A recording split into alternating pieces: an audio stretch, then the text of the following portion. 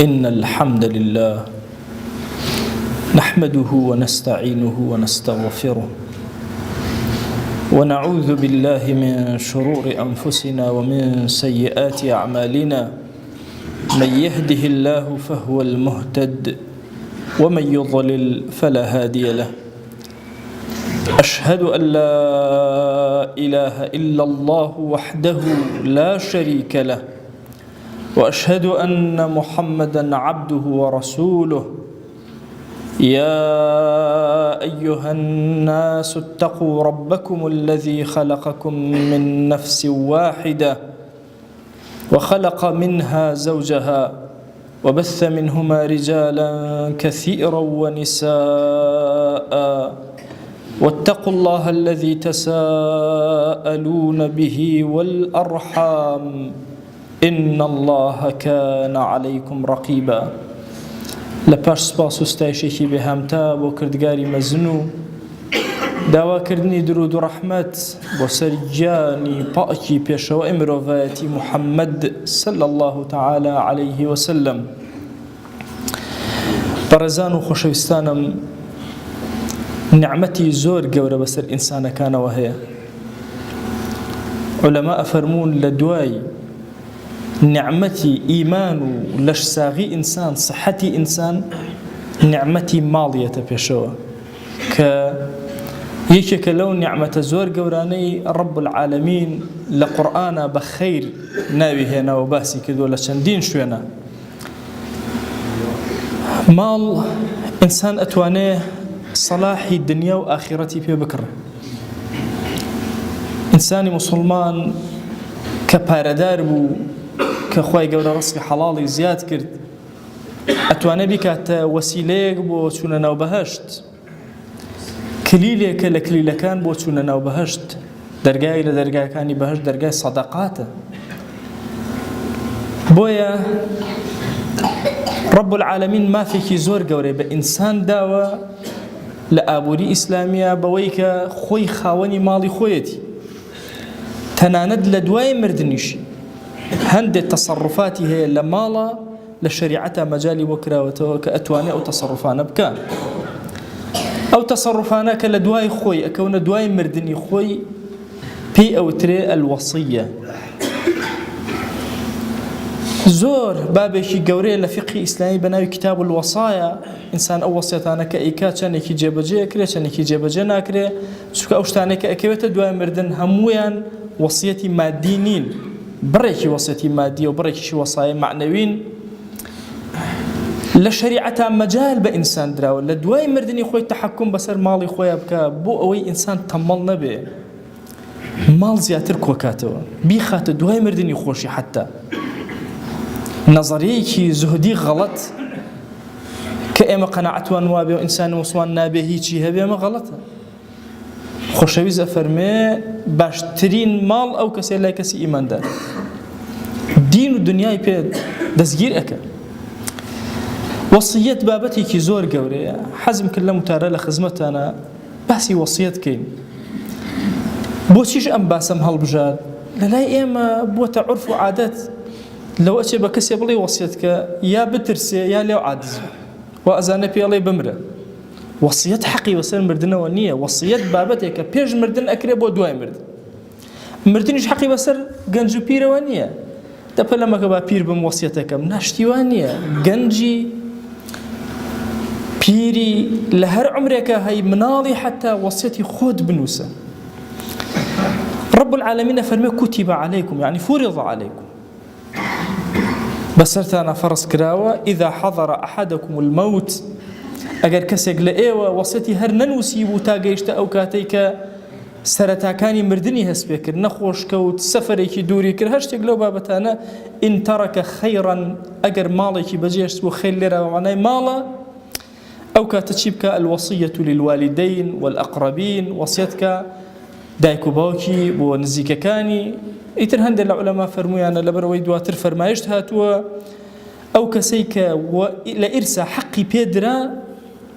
دوای ئەمە ئاەتی ئیرس هات، ئیتر وەسیەتی بەرناکەوێ.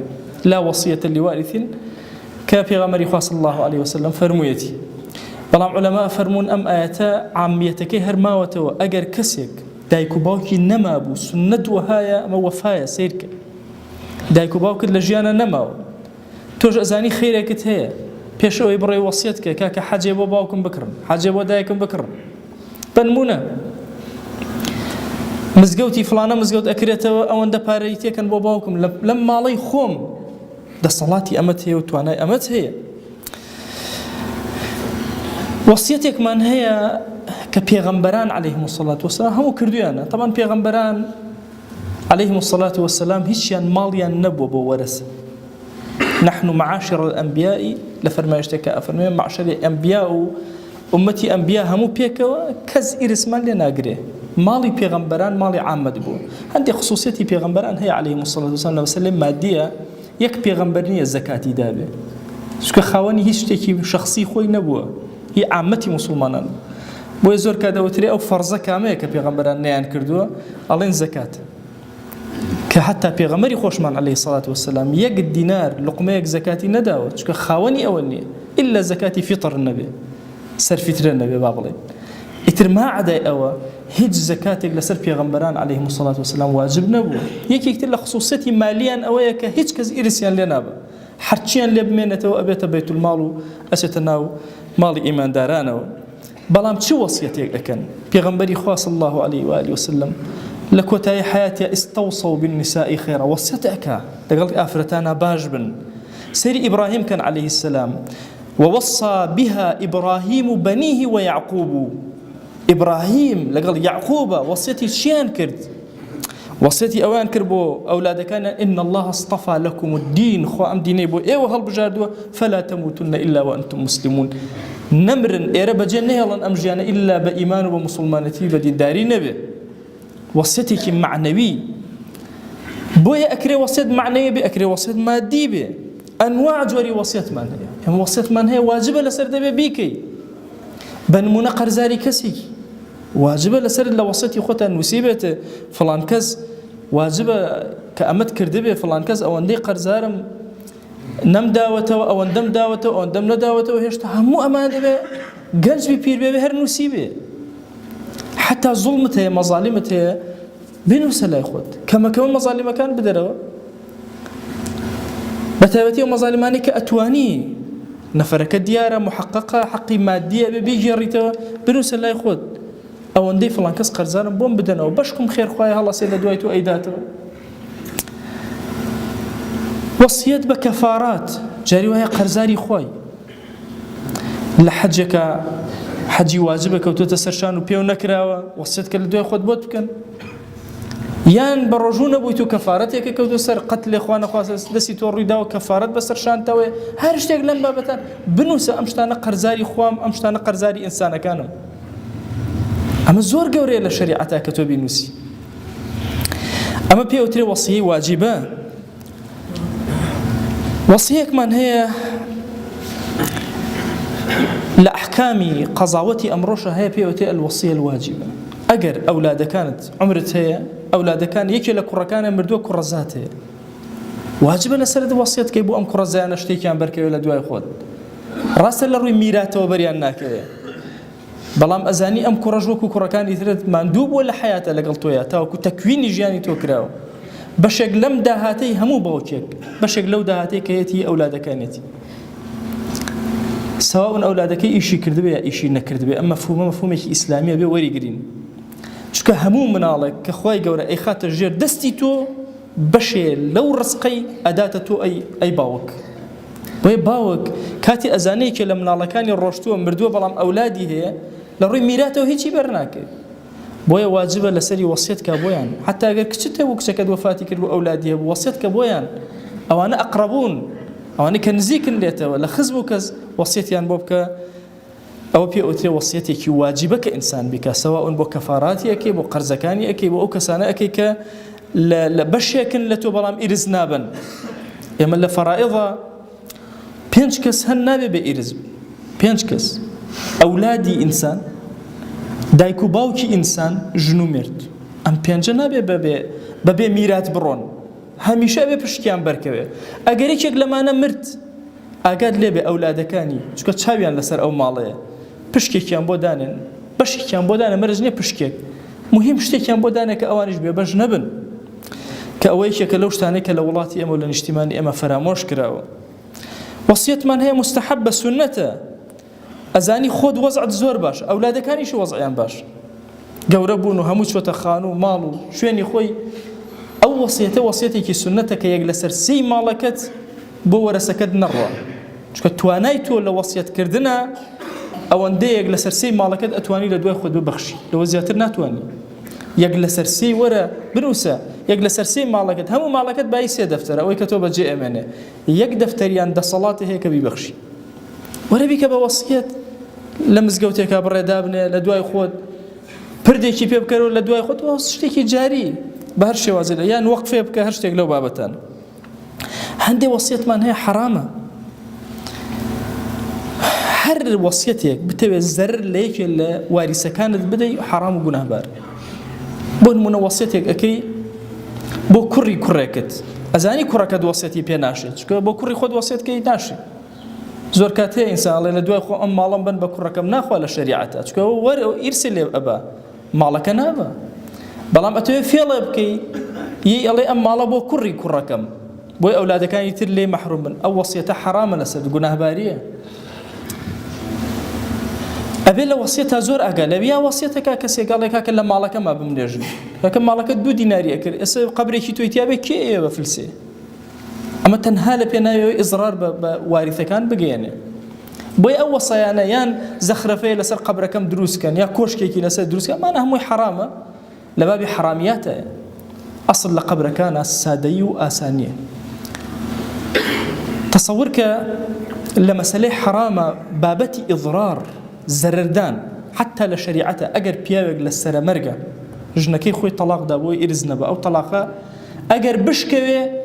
ئللا ئەبێ میراتی بەشی ئەو ئافرەتە بدرێ تەسەور کە بۆ ئەو قسەی تەنفیز نابێ چونکە ئەوێ زەرر بە ژنەکە بدە یا ژنێ لە بەرامبەر پیاوەکەیە لە کۆتایی حیاتیا تەڵەبی خولعکە ئەمان هەمووی جۆرەکان یا ماڵەکەی خۆی کە هەیەی بیبەخشێ بە هەر شێوازێ لە شێوازەکان وستێ زەرر بدەی لە دوای خۆت ئەوە ئەکاتە محەڕەم و حەرام لەسرت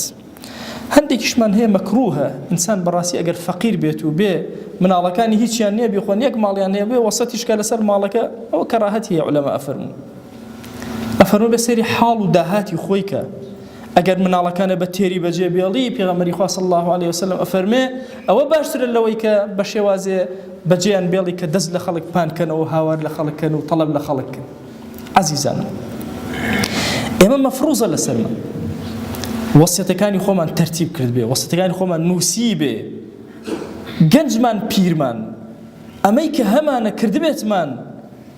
کاتێککە ئەگەیتەوە حضوری خوا جەل جەلالوه شتێکی زۆر گەورە جێبەجێ کردووە تەسەورکەن لە وەسیەتە ئینسان کە ئەینووسێ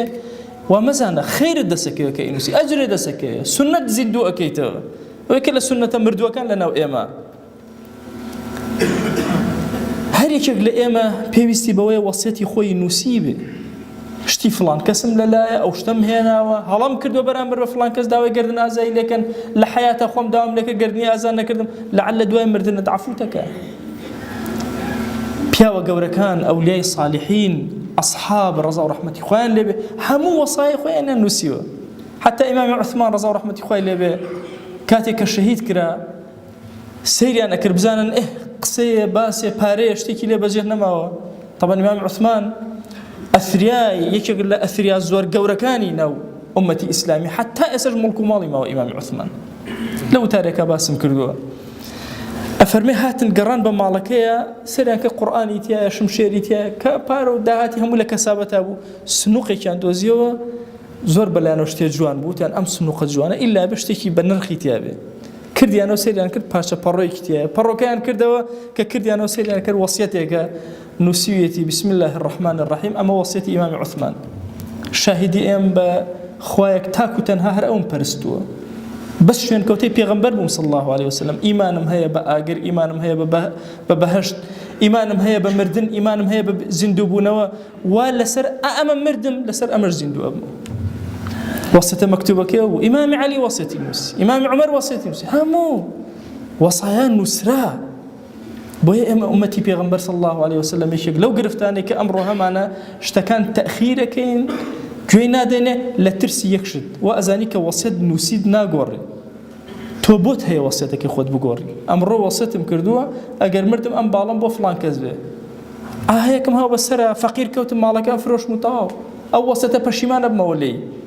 هەتا ئەو لەحزەی ئەمری بۆت هەیە لە وەسیەتەکانە پەشیمان بیتەوە بۆیە هەموو ڕۆژێک ئەگەر وەسیەتت تازە کردوتەوە هەموو مانگێ هەموو ساڵ لە جارێ وەرە چایە بە وەسیەتەکانی خۆتا بگێڕەوە و بینوسە لای خۆت داوامە لە ذاتی پاشی پەروەردگار ڕەحمەت و بەزەی و کەڕەمی خۆی بەسەرمانە ببارێنێ خوای ئیمانمان سەلامەت کە یا رب العالمین داوا لێ ئەکەین بە ناوی جوانت بە گەورەی خۆت یا ئەکرەم الئەکرەمین عەفومان کە بەزەی بەسەرمانە ببارێنە لێمان خۆش بە یا ئەکرەم الئەکرەمین یا ئیلاهی بكولي گناه وخجالت بارية وهاتين تحضوري تو يا إلهي عفو من كبو خاتين أو جوانا كان يخد يا رب العالمين خويا أم عبدانا هر كاري كان هي هر إشي كي دنيويان هي هر دعاء كان هي تو أقداري دلكان يعني يا أكرم الأكرمين خويا جان أو نعمتاني كأيان بيان بخشى يا أكرم الأكرمين خويا الريان كلتم مالكيتو دزب ولايتو برزكنا وهانا ولايتو إهنا دعاء كان جرابك ادعوا الله وأنتم موقنون بالإجابة.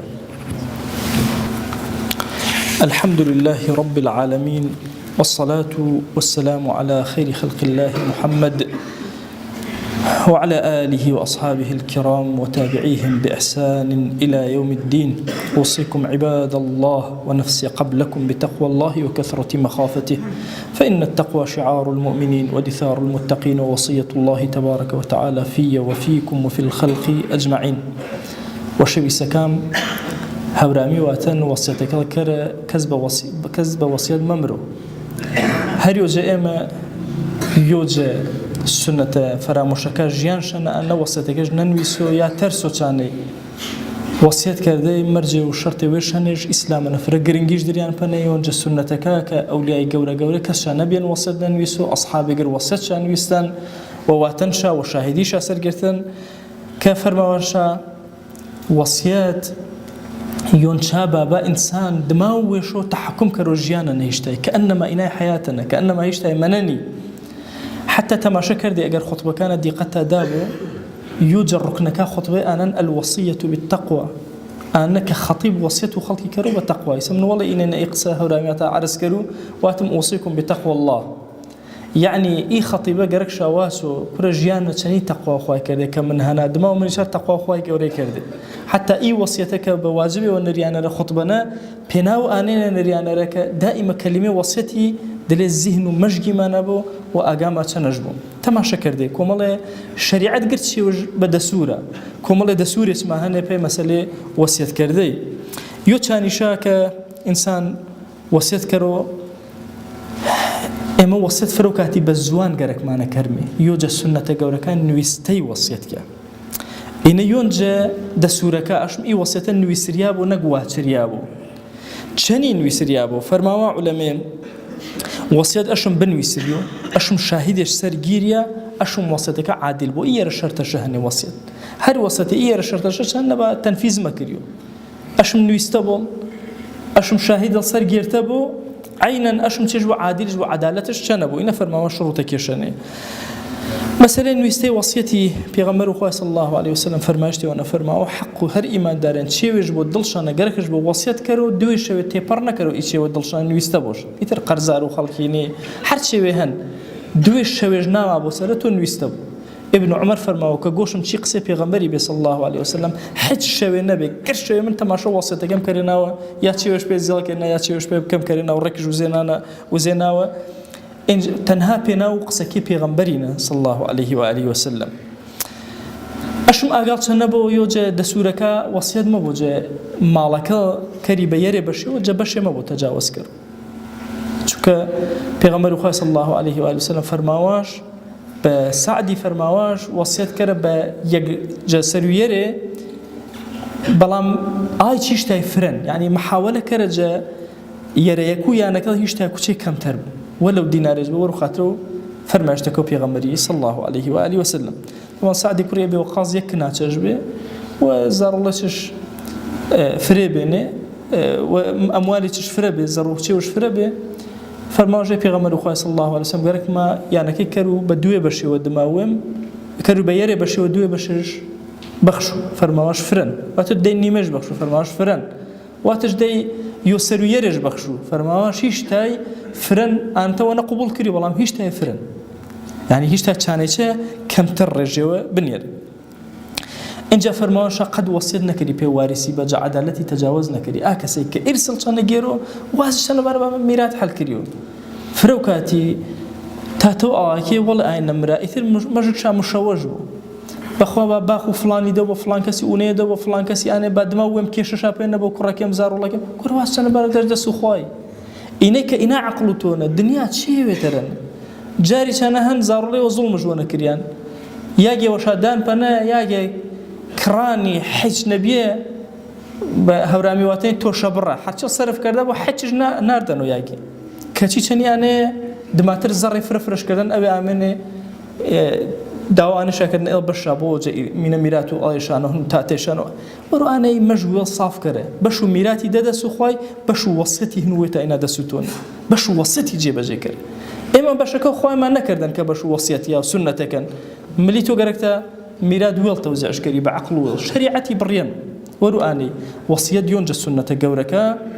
كإنسان مسلمان أشم حياته وش أنا وصيتك وش نويستبو ترتيبش كردبو إنها قشني أسر وجنجو بيريو بجنجي واشي وصيتك الرجع ترسو واسو قرقش أنا كشام نا وصيتك الرجع بيك بنويسة ترتيبش كره وصيتي ديني بنويسة وصيتي دنيوي بنويسة بي أولاك بي أولا وهكذا وصيتي مولوي دين رحمة خواج ونبو تماشى كره بي قردو وشكاج نويستنش ملا أبو بكر مصنف وصتي وجديانم كان يسنج ياجي وش كلام بوقف بيجردو فقيرك وشكيش هشكس فقير بوصي شا وقفه بكار بارو حتى أرجع وقفه منن نزيكو يا رسول صلاة شولتي ورو أنا إما بس نزانو مثلا كتو وصية النويز إتو دماء إتو وصية ملو إي وصية واجبة تنفيذ كرديش أجر جسنور شرع نبو واجبة أو لاكي إي وصية يجب جيكرا حتى خوا جل جلاله كباسو مسألة ميراث وتوزيع ميراثي كرو ما من بعد وصية أو دين من بعد وصية يوصي بها أو دين لدماو أنا كوصيتي وش كردن كابلا وصيتك جيب جي كريو قرزكي تش دريا وإنجا ميراث توزيع كريو وصيت أنه مهمة قنو والله ميراث توزيع كردي جورو أنا هريو جائمة أقر شنبو وصيتك وش بنويسو بيسا سنة بيغمري صلى الله عليه وسلم أجرج دزقنو ودماو ويش عمرش درشتر کرو بالاش زیاتر کرو جایی چانه کابرات تمامیان کوتایش بنا امان هشتا وصیتکش هرمانه کرو سر زمینیو که اینه بابت فرق گورن تایبد وقفنا اگر وصیتکش وزو وقف کاتی وترن باس وقفی تابد رجی پیکرو که وقفنا زیاتر این الرنگ مو جایی چانه 1000 سال کابران برو هشتا وقفکش هرمانه کرو أجرج دزقنو يوتشاتي ودماوي ما مشوني ما صدقي جاريا ممكن وصيته تو دينار وزو مزجيه بوبا صدقي وجارية دماوته تن صالح مسلمان السجدة برا ونما كراتو أجر وفضيلته وقوري القيبة دعوة كرو جزاته باكو پروردگاري رحمته بزي وكرم وجمجو المارة إيماني ما سلامت كرو تشيزا منو فتنين خوايا بزي ورحمته والمجم المارة يا أكرم الأكرمين وأوصيكم أيضا بالصلاة والسلام على رسول الله صلى الله تعالى عليه وسلم حيث أمرنا الله تبارك وتعالى في محكم تنزيله قائلا إن الله وملائكته يصلون على النبي يا أيها الذين آمنوا صلوا عليه وسلموا تسليما اللهم صل على سيدنا محمد وعلى آل سيدنا محمد وبارك على سيدنا محمد وعلى آل سيدنا محمد كما صليت وباركت على إبراهيم وعلى آل إبراهيم إنك حميد مجيد اللهم اغفر للمؤمنين والمؤمنات وللمسلمين والمسلمات ولمن أنشأ هذا المكان اللهم أعز الإسلام والمسلمين وأهلك الكفرة والملحدين اللهم انصر من نصر الدين واخذل يا رب من خذل الإسلام والمسلمين اللهم آت نفوسنا تقواها فزكها أنت خير من زكاها أنت وليها ومولاها آمين آمين والحمد لله رب العالمين أقم الصلاة يرحمك الله